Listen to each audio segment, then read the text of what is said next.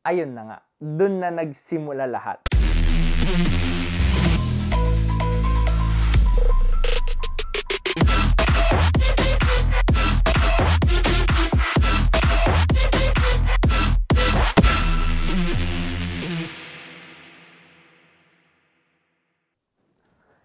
So, kamusta kayong lahat guys? Tagal ko ding hindi nakapag-upload ng videos ko. Ang may kasalanan, ito. Ang hirap ko mag-edit sa laptop ko. Isa yun sa mga naging struggle ko for the past few months. Ang dami kong nakatagong videos guys, promise. Siguro i-upload ko siya isa-isa, i-edit ko siya isa-isa. Pero, ayun nga, ang naging struggle ko guys is hindi ma-handle ng laptop ko ng maayos. Hindi ako makapag-edit ng maayos kasi yung playback niya nag-stutter. So hindi ako makapag-edit ng maayos. Kaya wala akong uploads, and at the same time tinamad. Yeah, may factor na tinamad ako before. Parang iniisip ko na mag-switch from Acer. Gusto ko na mag-switch from Acer to Apple. So iniisip-isip ko, nag-research ako, nagtanong din ako sa tatay ko kung worth it ba na mag-upgrade ako ng Apple na laptop or Apple na laptop or Apple na computer. So, sabi ng father ko sa akin na parang kung based sa ginagawa ko, parang hindi siya worth it. Sabi niya, bakit hindi ka na lang mag-upgrade ng iPad mo? Parang, oo nga no, matagal na rin nung time na bumili ako nitong iPad Pro na parang first generation to. Parang ilang years na rin, di ba? Para sa 2018 model na iPad Pro, tapos 11 inches, worth it na din para mag-upgrade into 2023 iPad Pro 12.9 inches na may M2 chip. Kasi ito parang, ang alam kong chipset nito parang A12 Bionic pa lang ata. Hindi ko alam. Hindi ako sure. Hindi ako 100% sure kung ano ba talagang chipset na meron tong mga first generation na iPad Pro. Kaya nag-come up din si father ko sa ganung option na bakit hindi na lang iPad. Kasi nagkakaroon na rin talaga to ng problema, guys. Kasi okay naman, manageable pa naman. Pero nung chinek ko yung software na gusto ko pang edit, hindi na siya compatible dito. Nagwo-work siya. Kaya ko siyang i-download, pero hindi siya, yung full feature nung editing software, hindi siya available na dito dahil outdated nga yung system niya.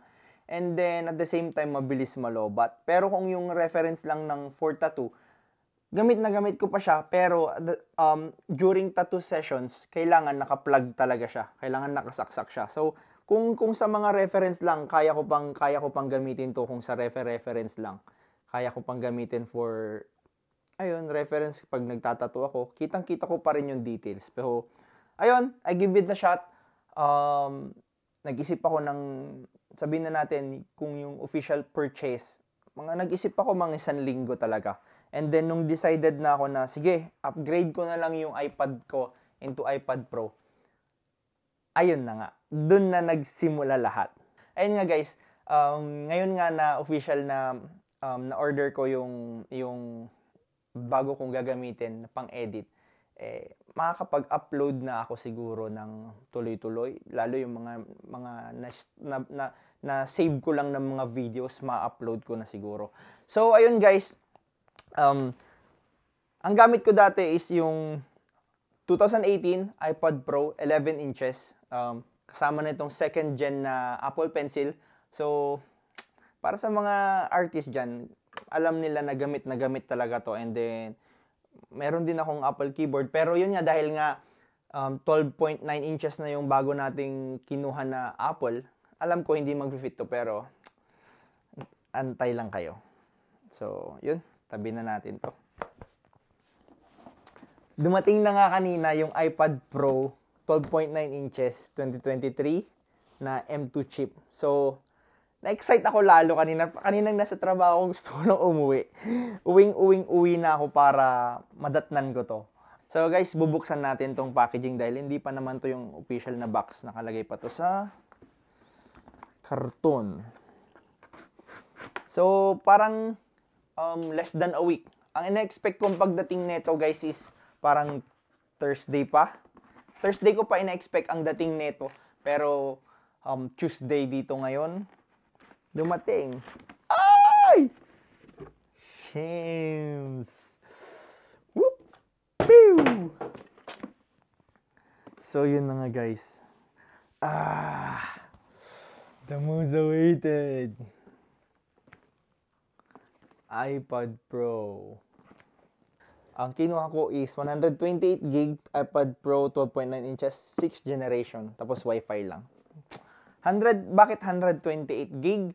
Kasi kung yung luma ko nga na iPad 64GB lang yun, guys.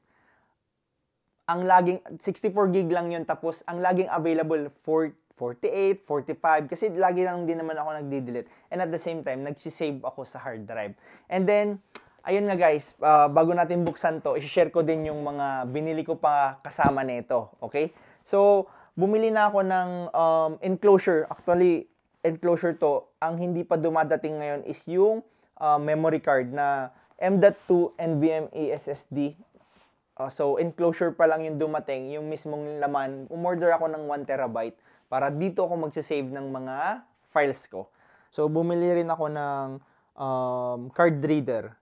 Card reader na Type-C kasi kailangan ko to pag mag-shoot ako gamit yung GoPro ko. Okay? So, yung GoPro ko guys, nagbi-video siya dito sa side na to. Ayan. Nagbi-video rin ako dito sa side na to para makita yung angle na yan.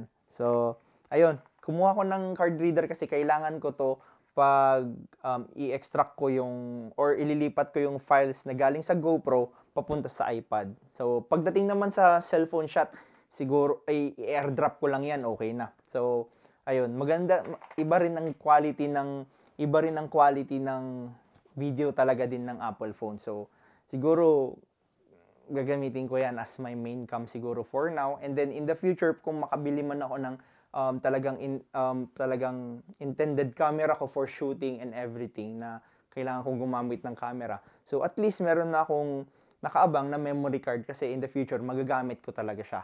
And then, at the same time, kumuha din ako ng USB hub. Sa tingin ko, magagamit ko tong USB hub kasi may mga nakita ako sa videos pero hindi pa ako 100% sure kung mag-work siya dito sa external monitor ko. Kasi pwedeng habang nag-edit siya sa iPad, naka-monitor yung iPad niya doon sa secondary monitor. So, itatry ko yun kung mag-work lalo pag nag-edit siguro ako ng videos. Itatry ko yun in the future. So, bumili na lang din ako. Kung hindi man siya mag-function sa iPad ko, pwede ko pa rin siyang gamitin USB hub papunta sa laptop ko kasi may USB Type-C import naman yun. USB Type-C port naman yun. So, magagamit ko pa rin tong USB hub na to. And then, ang pinaka-importante sa mga artists, I know hindi lahat, pero most ng mga artists gusto na ang nakalagay na screen protector sa screen ng mga iPad is hindi tempered glass, kundi paper-like. So, mas naunang dumating tong mga to. So, 2 days earlier, yes, 2 days earlier na dumating sa akin tong mga kailangan ko para sa iPad. So, ayan, nag-order ako ng paper-like skin na screen protector para pag naguguhit ka is parang yung pakiramdam parang nagumuguhit ka lang din sa papel. Kahapon, nung nagbabrowse ako sa marketplace, may nakita akong post. Pang iPad Pro na sakto doon sa bago ko na keyboard. Yan guys. Half the price niya binigay sa akin. Tapos sobrang ganda. As in, sobrang ganda niya. So, hindi na ako tumanggi na hindi kunin. So, kinuha ko siya for the half the price. Tapos, ang linis niya for the second hand na condition. Napakalinis niya. So, same sila guys. Orig na Apple to. Apple keyboard with touchpad. Kasi same lang din ito. Kung makikita nyo yung difference. Diba? Same na same sila. Sa size lang nagkaiba. Then, makikita mo talaga na orig to. Kasi, sa feel pareho, and then yung engraving nga dito sa ilalim ng yung Engraving ng Apple yun. So, ayun. So, ito talaga yung pinakagusto ko sa lahat kasi magagamit ko siya for editing ng videos. Kasi yung mga shortcut keys pag nag-edit ka, gamit na gamit. So, gustong-gusto ko to. Tsaka gustong-gusto ko rin talaga yung ganitong setup na una na nakalagay lang siya sa Apple keyboard. So, maganda. So, ito yung kinuha ko kahapon. Sobrang saya ko nung nakuha ko to. Lalo yung sa price nga nakalahati lang. Sabi nung seller, actually yung seller parang professional siya na ano, ko alam, baka nag-office. Sabi niya sa akin is, dahil nga nitong mga nag-sale nga itong mga nakaraang nag-sale yung mga malls, bumili siya ng bago niya. Out of nowhere daw. Bumili siya. Gusto lang niya ng bago. Kaya binenta niya tong luma, which is parang brand new condition pa. So, swerte pa rin natin. Swerte ko pa rin, guys. Swerte pa rin natin. Tayo yung nakakuha nito. So, talagang minessage ko siya agad. Sabi ko, kukunin ko yan after ng work ko.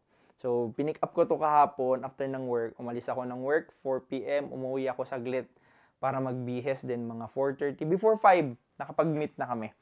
Pinuntan ko siya sa bahay niya. So, na-testing ko din. Kasi wala pa yung iPad ko, hindi ko matest. Sabi niya, testing niya sa iPad. So, yun, 100% working naman. Sobrang saya ko dito, guys. So, ayun nga, dahil nga bumili tayo ng case na ganito, siguro, hindi ko alam kung ibebenta ko to, i-return ko sa Amazon, or hahayaan ko siyang nandito para backup if ever na lumabas, iba yung setup na kailangan. Titignan ko pa rin, itatry ko pa rin siya, no? So, ayun guys, yung mga nabili kong accessories ng iPad Pro ko. Ngayon naman, buksan natin to, 'di ba? Sealed pa yan, guys. Buksan natin. So, ayun nga guys, ang pinakahihintay ko. Actually, yung old na iPad ko, yung iPad Pro na 11 inches na 2018, hindi ko siya nabili ng brand new before. Nabili ko siya ng second hand kasi yun lang yung kaya ko noon, nung panahon na yun, nung nasa Pilipinas pa ako. So, wala namang masama sa pagbili ng second hand. Kahit nga dito di ba nga, tignan mo yung Apple keyboard, second hand ko pa rin siya nabili. Wala namang problema sa pagbili ng second hand. Basta marunong ka mag-check, satisfied ka naman as a buyer doon sa condition ng binibili mo. Kasi knowing na second hand yan, bihira tayo makakuha ng mga items na good as new. Pero, pag nakakakuha tayo nun, sobrang saya, 'di ba? Parang yung keyboard nga na sinasabi ko, good as new pa rin siya. And then, marami pa rin naman akong stuff dito na nabibili na nakukuha ko sa marketplace kasi sulit pa rin naman. Yung iba kasi nagbebenta, ayaw na lang nila. Gusto na lang parang just to get rid of the item. Binibenta nila and then sa murang halaga. Parang yung keyboard, sabi ko nga, yung keyboard ang pinaka-example natin. Gusto lang mawala nung may-ari, half the price. Sinold na niya. Tapos, ayun nga, thank God, tayo yung nakakuha. So, ayun. And for this year, and for this moment ng buhay ko, guys, first time kong magkaroon ng brand new na Apple na iPad, no? Kasi, first time kong magkaroon ng brand new is itong iPhone 14 Pro Max ko, nung bagong labas siya last year. Yan yung pinakaunang bagong iPhone ko. Kasi dati puro second hand lang din ako. Or nung medyo mas bata pa ako, yung mga pinaglumaan ng tatay ko, yun yung kinukuha ko noon. Then every time na nagbabakasyon siya sa Pilipinas, yun yung kinukuha ko. So, ayun. Last year nagkaroon ako first time brand new na Apple phone. Ngayon naman first time brand new na iPad Pro. So, at least nakuha ko yung gusto ko. Pinag-ipunan ko din to, guys. Hindi din gawang biro yung presyo, pero worth it. Alam ko worth it lahat, and knowing nagagamitin ko to sa pagtatato ko, pagdi-design ko, and everything, alam ko yung return of investment nito is sulit. And magagamit ko to for the next 5 years, 10 years. Maingat ako sa mga gamit. Alam yan ng mga kaibigan ko, alam yan ng father ko. Sobrang maingat ako sa mga gamit ko. So, nagtatagal. So, ayun guys, open natin tong iPad na to. Nakaka-excite! Actually guys, hindi lang siya hindi lang siya yung normal na, I mean, iPad Pro, pero hindi siya yung normal na bibilhin mo na lang na sa mga stores. Ito guys, kasi sa Apple may free engraving. So para mas maging sulit para sa akin at mas, alam mo yun, ma-feel ko talaga na akin to, na unique to para sa akin, lalo first time ko tong bilhin na brand new, is yun nga, nagpa-engrave ako. May customization to sa likod na papakita ko mamaya kung ano yung nakalagay na engraving. Sana lang nasunod, no? Hindi yung basta ayoko yung nag-expect ako na may engraving tapos yung pinadala sa akin wala, kasi di ko alam. Pero I hope hindi naman siguro ganun si Apple. Ano na yan. Matagal na yan sa industriya, so hindi naman siguro. Sarap guys. So ayun, nabuksan na natin. Tignan na natin ngayon. Bubuksan ko na siya. Wow! Sana hindi mahulog. Wow! So, tatabi ko muna yung box. Dito muna tayo sa talagang Apple. So, masaya ako kasi mas malaki na yung screen. Mas malaki na yung pag-drawingan ko or pag gumagawa ko ng design. Mas malaki na. So, sobrang saya ko. Parang ilang years ko din pinangarap na magkaroon ng 12.9.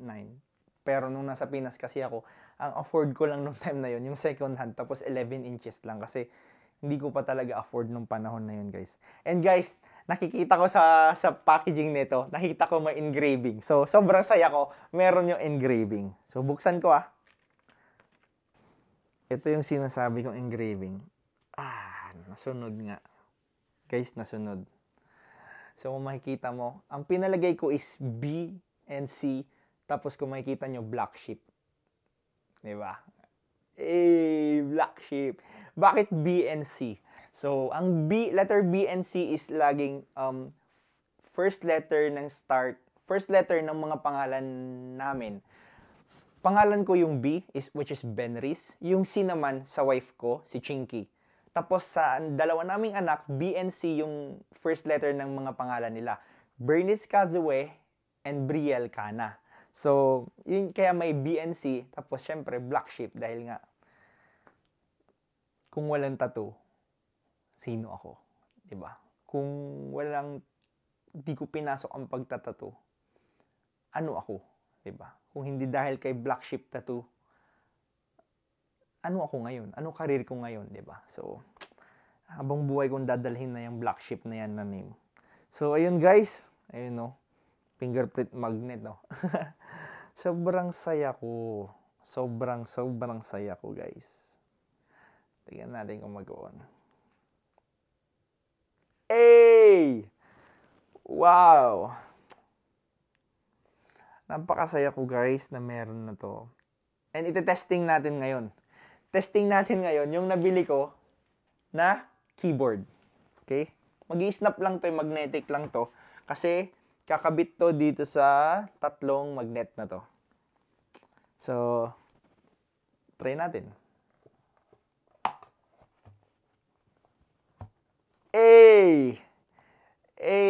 Saktong-sakto. Ganda ng camera niya. Yung old kasi, isa lang camera niya sa likod. At least ito, dalawa na. Kita nyo yung size, guys. Tignan nyo yung size ngayon na nakakabit na rin siya sa keyboard. Grabe. Napaka-worth it nito. So, set up ko muna to, guys, then balikan ko kayo, okay? Pew! So, ayun nga, guys, habang inaayos ko yung system ng iPad na bago, dito ko natatapusin yung video ko dahil na-excite na ako subukan din yung mga iba kong kailangang ilagay or whatsoever. So, thank you guys sa pagsama sa akin. So, ito yung magsisilbing unang video natin and magsisilbing sign natin na kailangan na nating mag-upload at bumalik dito sa pag-YouTube natin. Kasi, ayun nga, mapapanood nyo din sa mga previous na video ko yung sarili ko. So, makikita nyo doon yung mga talagang ano ba talagang rason bakit ba tayo nag-video, di ba? So, ayun guys, salamat. Gusto ko lang i-share sa inyo yung pag-open ko nga nung bagong iPad. And at least masusolusyonan ko na yung problema ng aking computer na nag-stutter pag nag-edit ako. So, hopefully, maging okay yung sistema. Yung gagamitin kong software sa iPad is maging okay din. Magamay ko agad-agad para mas seamless yung pag-edit ko. So, salamat agad guys. And salamat pa rin sa mga 2,000 subscribers na nandyan na hindi nag-unsubscribe kahit na wala tayo ng matagal na panahon. And yun, lagi kong sinasabi, babawi ako. So, ngayon nga na official dumating na yung pang-edit ko and yung gamit natin, makakaasa kayo na magtutuloy-tuloy na talaga to. So, thank you guys. Syempre, huwag nyo kalimutang mag-like, mag-subscribe kung bago ka dito sa akin channel, and hit mo yung notification bell para sa mga susunod na darating ko na video, ma-update ka palagi, okay? So, thank you guys. Maraming salamat and good night.